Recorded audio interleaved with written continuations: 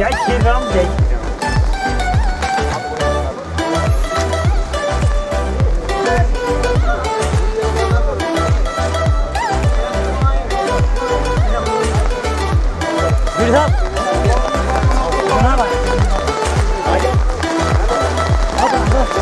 जय श्री राम जय श्री राम। चल भारतीय जनता पार्टी जिंदाबाद। मोदी जी को मोदी जी को जय श्री राम जय श्री राम। जयराम ठाकर जी को जय श्री राम जय श्री राम जय श्री राम। जय सिंह जी को जय श्री राम जय श्री राम।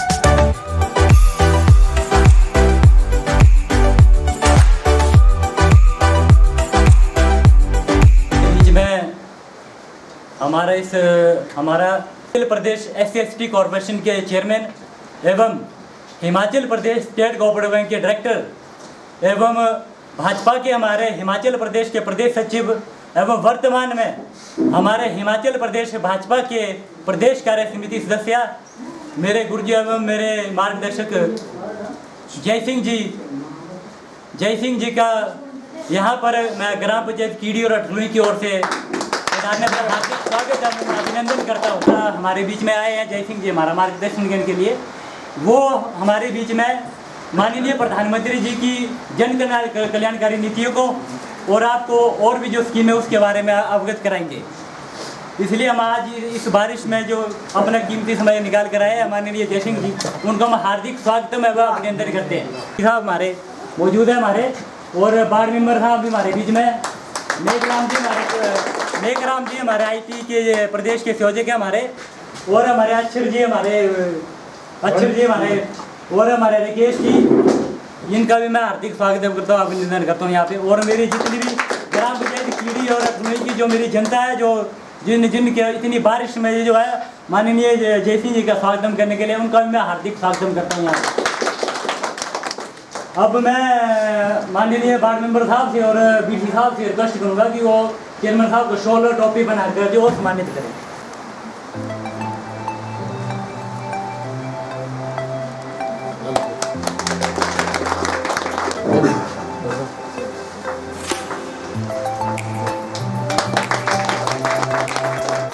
कीड़ी के हमारे जो वार्ड मेंबर है विकास जी से, उनसे निवेदन करूँगा कि वो अपने 2 शब्द बोले चेयरमैन साहब के साथ में। 2 ही बातें बोलना चाहूँगा।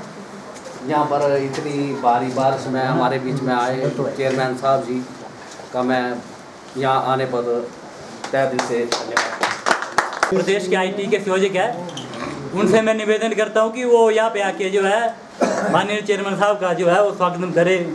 तो कीड़ी के हमारे जन जागरण अभियान के इस मौके पर हमारे बीच में भारतीय जनता पार्टी के हमारे प्रदेश कार्य समिति सदस्य आदरणीय एडवोकेट जय सिंह जी हमारे बीच में हैं। मैं इनका आज के इस जन जागरण अभियान में हमारी कीड़ी पंचायत जो हमारी होम पंचायत है उसमें स्वागत करता हूं, अभिनंदन करता हूं। आज हमारे इस जन जागरण कार्यक्रम में हमारे कीड़ी पंचायत के पूर्व प्रधान आदरणीय अक्षर जी, हमारे बीडीसी के मेंबर हमारे सरनो भाई, हमारे कीड़ी के वार्ड के मेंबर विकास भाई, हमारे युवा मोर्चा के जिला आईटी हेड राकेश भाई व मेरे सामने हमारे आदरणीय बुजुर्गों, माताओं, बहनों एवं भाइयों, आज हमारा इस कार्यक्रम का मकसद है कि हम गांव-गांव जाकर अपने गांव के लोगों को जागृत करने का एक मुहिम छेड़ रहे हैं, जिसमें हमारे चंबा जिला के गांव में जो भी कुछ पिछले समय में काम हुए हैं वो कहीं ना कहीं अधर में लटके हैं या तो उनको बंद कर दिया गया है। तो उनको लेकर हमें किस तरीके से आगे मुहिम चलानी है, आंदोलन चलाना है, हमारे बीच में आदरणीय जय सिंह जी हैं, वो विस्तार से रखेंगे। कुछ बातें, कुछ बिंदु मैं बता देता हूँ जो हम मुहिम चला रहे हैं। जैसे कि हमारे क्षेत्र में हमारे साव को उप तहसील का दर्जा पूर्व की सरकार ने दिया था, परंतु जैसे ही नई सरकार प्रदेश में आई, हमारी उप तहसील को बंद कर दिया गया। हमारा आईपीएच का सब डिवीज़न मरेठी में खोला गया था, परंतु जैसे ही हिमाचल में नई सरकार बैठी, हमारा वो सब डिवीज़न भी बंद कर दिया गया। और भी कुछ पीएचसी सेंटर है, कुछ स्कूल है, कुछ चंबा के ग्रामीण क्षेत्रों में कुछ और भी विकासात्मक योजनाएं जो पूर्व की सरकार ने यहाँ पर चलाई थी, वो भी वर्तमान सरकार ने बंद कर दी है। तो इन सब चीज़ों को लेकर हम पूरा गांव-गांव जाकर जन जागरण अभियान चला रहे हैं। और हमारा इस जन जागरण अभियान में लोगों तक उन योजनाओं को पहुंचाना भी है, जिन योजनाओं को आदरणीय नरेंद्र मोदी जी केंद्र से पूरे गांव-गांव के लोगों के लिए वो योजनाएं लागू कर रहे हैं, और उन योजनाओं का किस तरीके से लाभ लेना है, वो सारी चीज़ें हमारे बीच में आदरणीय जय सिंह जी विस्तार पूर्वक रखेंगे। मेरा आदरणीय जय सिंह जी से निवेदन रहेगा कि हम सब का मार्गदर्शन करें, हमारा संबोधन करें।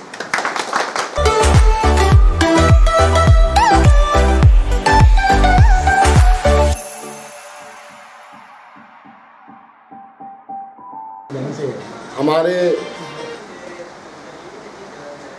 बीडीसी साथी शरणदास जी, बीडीसी साथी विकास कुमार जी, राकेश कुमार जी, अक्षर जी जो पूर्व प्रधान रह चुके हैं, उप प्रधान रह चुके हैं, धर्म सिंह जी, महिला मंडल की सुनीता देवी जी और केशव देवी जी, और जितने भी हमारे यहाँ पर बुजुर्ग साथी हैं, आपका मैं पहले कीड़ी वासियों का तहे दिल से शुक्रगुजार करता हूं कि आपने मेरा इतना भारी वर्षा में स्वागत किया बड़ी ज़ोर शोर से। इसके लिए मैं हमेशा आपका कर्जदार रहूँगा। हमारे दोस्त D.R. ठाकुर साहब ने आज, और माननीय हमारे नेकराज जी ने, और हमारे IT सेल के राकेश कुमार जी ने, और सभी हमारे मेंबर, वार्ड मेंबर ने जो मेहनत की है, उस में आप सब लोग शारीक हुए हैं, उसके लिए मैं आप सब का धन्यवाद करता हूं, और हमेशा आपकी सेवा में जो है हम लगे रहेंगे। जैसे भाई नेकराज जी ने बताया है कि ये जो अभियान हमने चलाया हुआ है कि हम गांव-गांव जाएंगे और लोगों को जो है जागरूक करेंगे कि लोगों के अधिकार क्या हैं, लोगों के कर्तव्य क्या हैं, सरकार ने हमारे लिए क्या किया है, सरकार ने क्या कमियां रही हैं, वो हमने लोगों को जानकारी देनी है। जैसे हमारे गांव के लोग भोले भाले होते हैं और सरकार के बारे में पता नहीं चलता है। आपके ध्यान में हम लाना चाहते हैं कि जब से हिमाचल प्रदेश में ये नई सरकार बनी है और हमारा जो ज़िला चंबा है वो एक किस्म से पिछड़ गया है। जो विकास के कार्य हमारी पुरानी सरकार में होते थे वो अब विकास के कार्य पूरे ठप हो गए हैं। कोई भी विकास का कार्य जो है चंबा जिला में और चंबा विधानसभा क्षेत्र में नहीं हो रहा है। और जो हमारे संस्थान पहले हमारी सरकारों ने बनाए हुए थे वो भी इस सरकार ने आते ही उनको बंद कर दिया। अब आप सोच रहे होंगे कि क्या बंद किया, क्या नुकसान हुआ। अब भाई नेकराज जी ने जैसे बताया कि हमारे पूर्व की सरकार ने साव में जो है एक उप तहसील खोली थी, और उप तहसील का जो फायदा है हमारे कीड़ी के लोग हैं, गुदियाल के लोग हैं, साव के लोग हैं, कम से कम 3 परगने के लोगों को उसको बेनिफिट होना था उस उप तहसील का, क्योंकि छोटे छोटे काम होते हैं। जाति का प्रमाण पत्र बनाना पड़ता है, हिमाचल का प्रमाण पत्र बनाना पड़ता है, रजिस्ट्री लिखानी पड़ती है, और भी कोई चीज़ें तकसीम के मुकदमे होते हैं। तो वो सारे हमारे यहाँ के 3 परगनों के लोगों को जो है चंबा में जाना पड़ता था, और पूर्व की सरकार ने वो सहूलियत हमें जो है साव में दे दी, और तहसीलदार के जो है उप तहसीलदार खोल दिया।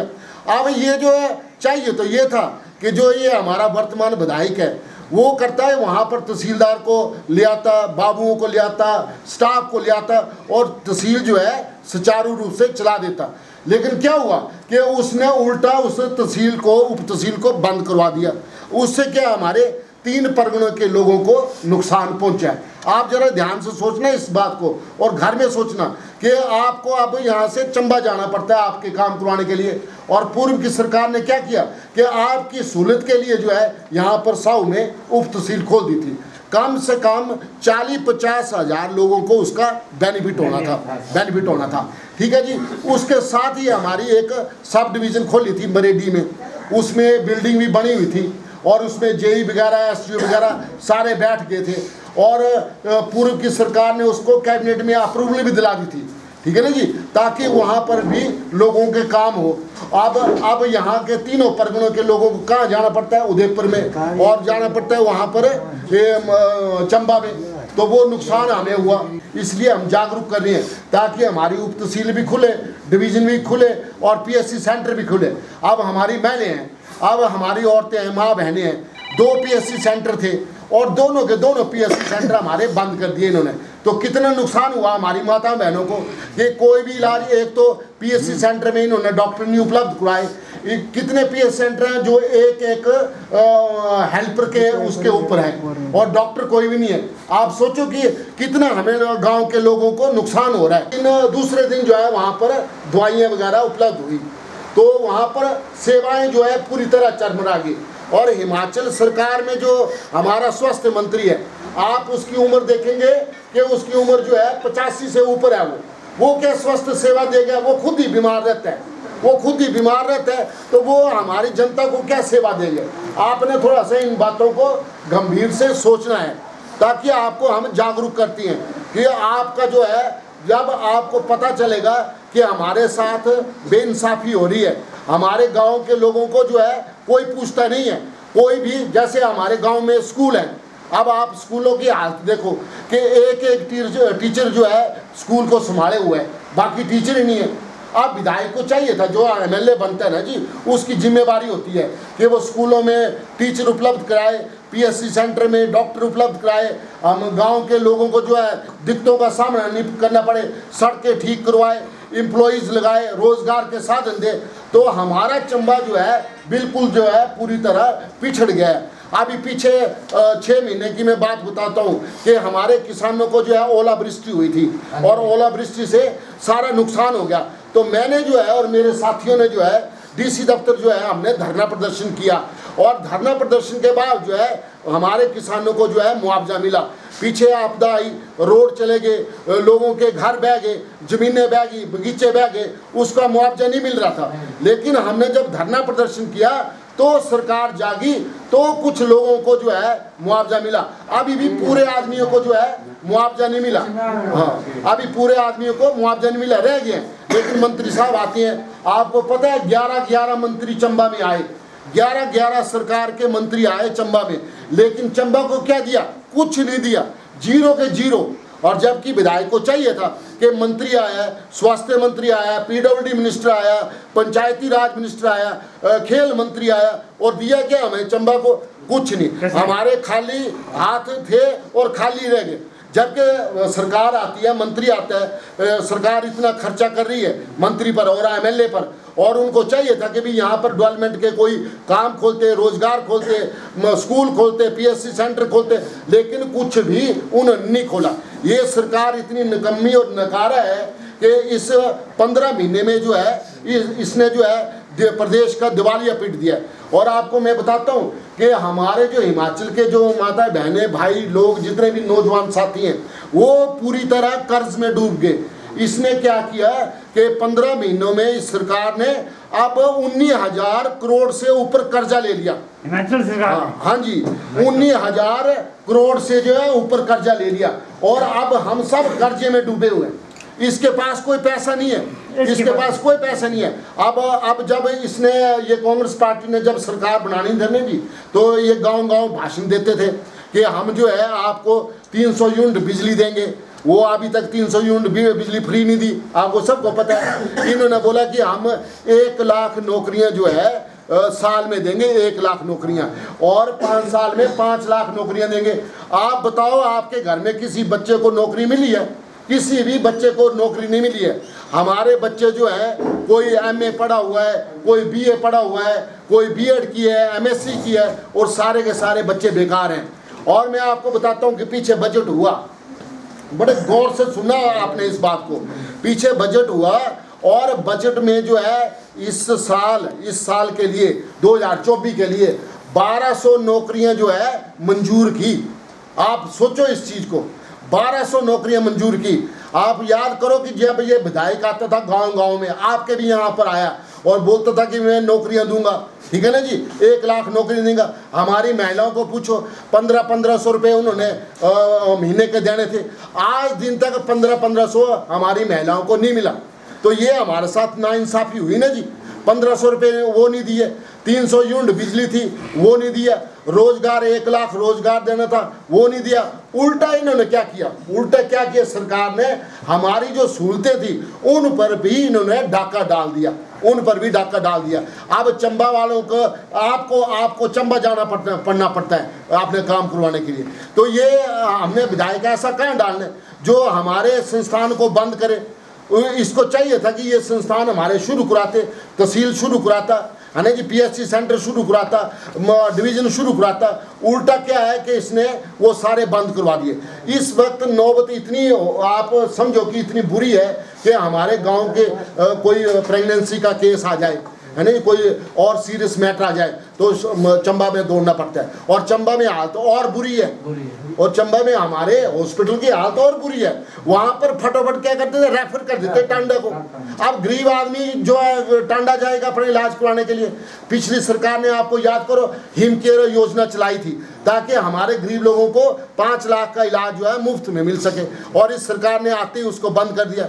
सहारा योजना चलाई हुई थी हमारी सरकार ने, याद करो जयराम ठाकुर साहब ने सहारा चलाई कि जिसको गंभीर बीमारी है उसको 5,000 रुपये जो है महीना मिलेगा, और 20,000 लोगों को उसका बेनिफिट मिल रहा था, वो भी इसने बंद करवा दिया। यानी कि इसने पूरा सत्यानाश कर दिया है इस वक्त हिमाचल का। और हमारे हिमाचल के लोग इतने तंग आ चुके हैं कोई हिसाब नहीं। अब इनमें ही फूट पड़ गई है, ये जो कांग्रेस पार्टी है और कांग्रेस की सरकार है, इनमें ही फूट पड़ गया है। अभी आपने देखा होगा, अखबारों में पढ़ा, मीडिया में पढ़ा कि 6-6, 7-7 MLA जो है उन्होंने इनके खिलाफ वोट कर दिया क्योंकि सरकार ही दिवालिया निकल चुकी है, इनके पास पैसा नहीं है। और भाषण इनके देखो, भाषणों में देखो आप कितनी डींगे मारते हैं, आप सुनो इनको। तो इनका पर्दाफाश करना है।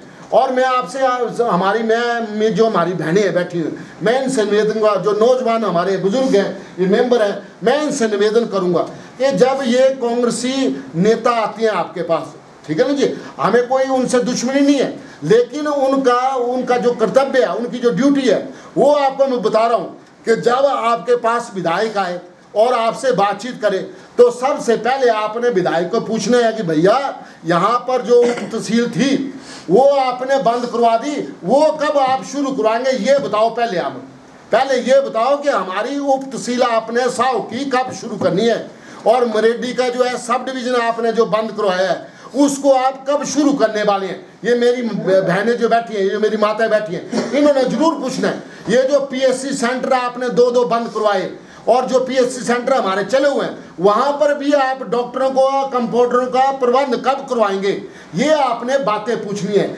और आपने ये भी पूछना है कि हमें 1500 रुपया आप कब देंगे। 15 महीने से ऊपर हो गया है, अभी तक हमारी बहनों को 1500 रुपये महीने का नहीं मिला है, कोई भी खाते में नहीं पड़े हैं। और कहाँ दिए, वो लाहौल स्पीति और किन्नौर में 1500 रुपये एक जिले में दिए। बाकी जिले जो है 11 जिले जो है वो नदारत कर दिए इन्होंने, उनको कोई पूछने वाला नहीं है। और चंबा का तो हाल ही आप पूछो मत, हाँ चंबा का हाल ही पूछो मत, चंबा का कोई पूछने वाला नहीं है, पूछने वाला नहीं है। आपको मैं बताता हूँ कि चंबा का जो पैसा है वो दूसरी कंस्टिट्यूंसी में जा रहा है, क्योंकि उनका एमएलए लाइक है, उनका एमएलए लाइक है, वो ले जाता है सारे पैसे, और हमारा एमएलए खाली हाथ बैठे रहता है। आप जरा ध्यान से, मैं उनका नाम नहीं लेना चाहता, भटियात में पैसा चल जा रहा है और लाइक है ना वो एमएलए, तो अपने उसमें ले जाता है। कुलदीप सिंह पठानिया जी वो अपने उसमें विधानसभा में आप जो वहाँ पर संस्थान बंद हुए थे उन्होंने चला दिए, डिपो भी खुला दिया वहाँ पर उन्होंने। तो हमारा एमएलए क्या कर रहा है? ये हेलीकॉप्टरों के चक्कर लगा रहा है।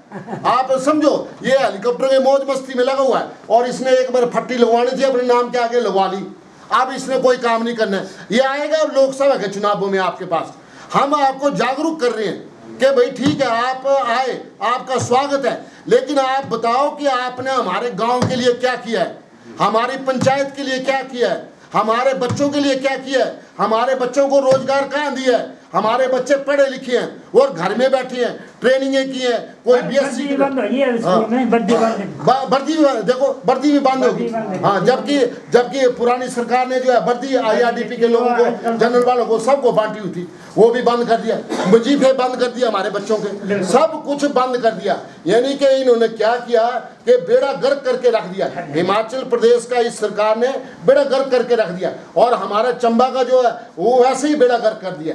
हमारे पास ना डॉक्टर है, ना कंप्यूटर है, और जो स्वास्थ्य विभाग जो है बिल्कुल चरमरा गया, बिल्कुल चरमरा गया, ना स्टाफ। मैं आपको और बात बताता हूँ, बड़ी आप सोचो इस बात को कि 75 से ऊपर जो है स्टाफ नर्सों ने ट्रांसफर करा ली, अपने अपने जिले में चलेगी, और हमारा जो है पीएससी सेंटर खाली हो गया, मेडिकल कॉलेज खाली हो गया, और इनको कोई शर्म नहीं, इसको कोई शर्म नहीं विधायक को कि ये आपके इलाके में क्या हो रहा है। आप जरा देखें, यानी दवाइयाँ नहीं मिलती हैं, आप दवाइयों के लिए वो लिख देते हैं, डॉक्टर पर्ची लिख देते हैं कि जाओ आप उधर बाजार से खरीदो। तो बनाया किसके लिए हमने? गरीब आदमी ने सोचा था कि भी ये जब सरकार आएगी तो गरीबों का भला करेगी, ये तो उल्टा गरीबों का खून चूस रही है, पीस दिया इन्होंने गरीबों को। तो आपने ये चीज़ें पूछनी है कि भाई आप तो आए, आपका स्वागत है, लेकिन आपने हमारे लिए क्या किया ये बताओ। आप कोई भी नेता हो ये पूछना है आपने। जिला परिषद आपका है, उसको पूछो कि आपने हमारी आवाज़ उठाई नहीं उठाई। प्रधान को पूछो, आप बीडीसी मेंबर है पंचायत में, ये तो करेंगे कोशिश, वो करने वाला ही, पैसे देने वाला ही मुकर रहा है, पैसे देने वाला मुकर रहा है। जिसने पैसे सरकार से पैसे लाने हैं, सरकार से पैसा लाएंगे, पंचायत को देंगे, पंचायत का प्रधान काम कराएगा, उप प्रधान काम कराएगा, बीडीसी मेंबर काम कराएगा, और दूसरे महिला मंडल काम। महिला मंडल हमारी कितनी है चंबा में, और कोई भी उनको एड नहीं दी गई, कोई भी सहायता नहीं दी गई। तो बोलने का मतलब ये है कि ये निकम्मी और नकारा सरकार है। उसका मुख्यमंत्री भी ऐसे ही है, ठीक है ना जी, जो आप उसको अपनी कुर्सी बचाने में लगा हुआ है कि उसकी कुर्सी बच जाए, है ना जी। हकीकत तो ये है कि अब हो सकता है कि सोम मंगलवार तक आप देखेंगे सरकार टूट जाएगी। अपने कर्मों से टूट रही है सरकार, इन्होंने जो अपने कर्म किए ना जी, उससे सरकार टूट रही है।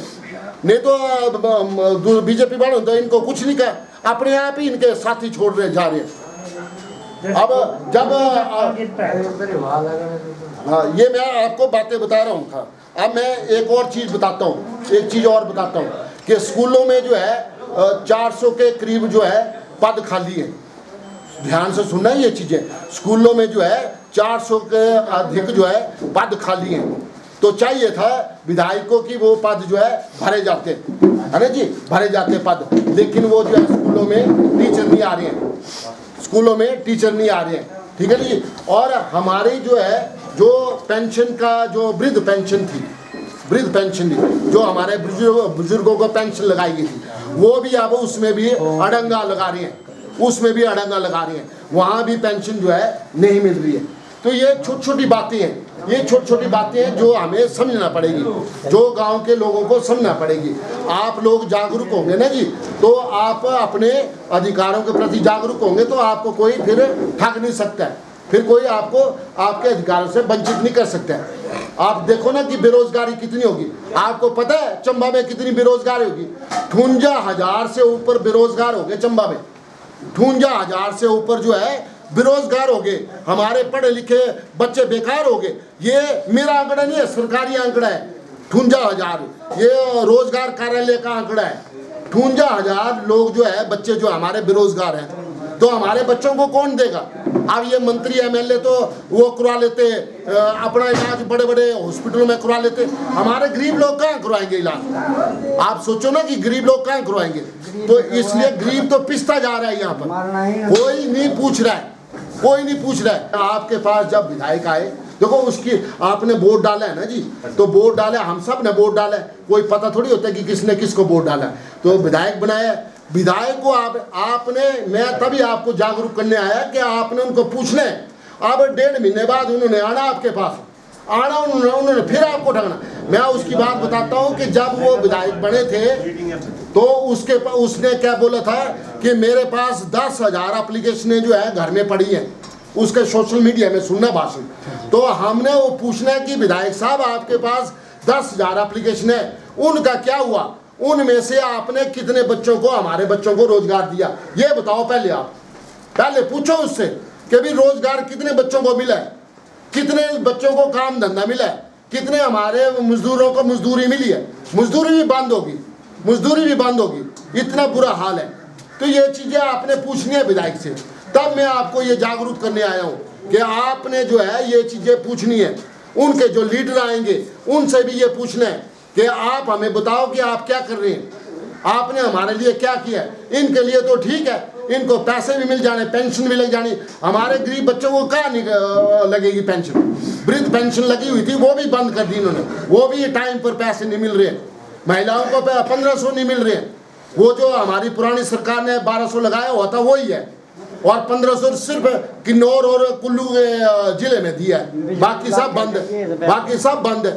तो ये सब चीजें आपने पूछनी है कि आप भैया आप आओ, आपका स्वागत है, लेकिन आपने हमारे लिए क्या किया ये बताए। अब वो बताया कि जी हेलीपैड के लिए हमने 15 करोड़ रुपए मंजूर करा लिए।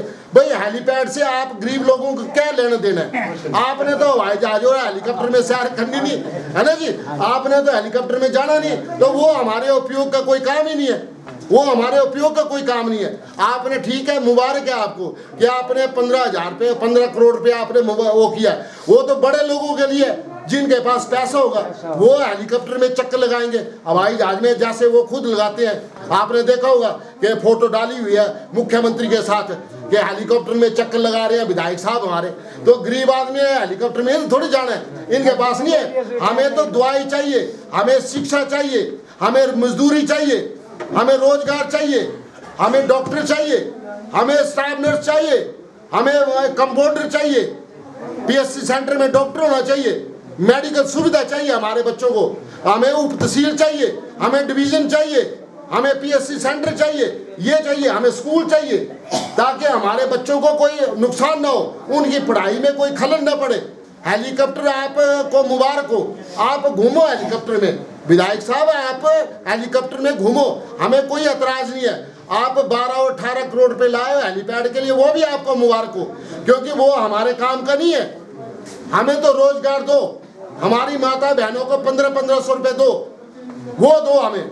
पंचायतों में पैसा दो, पंचायतों में पैसा नहीं है। सड़कों का बुरा हाल है, सड़कों के डंगे चले गए, आधी सड़कें टूट गई हैं, उनकी रिपेयर करवाओ, उनकी मरम्मत कराओ, पैसा लाओ गवर्नमेंट से, तब मानते हैं आपको कि आपने हमारे गरीब लोगों के लिए काम किया है। हेलीकॉप्टर में तो आप घूमो, आपको मुबारक है, वो हमें कोई उसका वो नहीं है, फायदा नहीं है उसका हेलीपैड का, गरीब आदमी को कोई फायदा नहीं है। तो मैं आपसे तभी निवेदन कर रहा हूँ कि आपने जब विधायक साहब आए तो उनसे पूछना है कि भैया आप बताओ कि आपने हमारे लिए क्या किया है। अपने लिए तो आपको पता है उन्होंने अपना इलाज चंडीगढ़ और दिल्ली करवाते हैं, वो है हमारे गरीब आदमी का जो इनकेयर के मुताबिक हमें 5 लाख का वो मिलता था, इलाज मिलता था, वो भी बंद कर दिया इन्होंने, उसके लिए भी आवाज नहीं उठाई इन्होंने।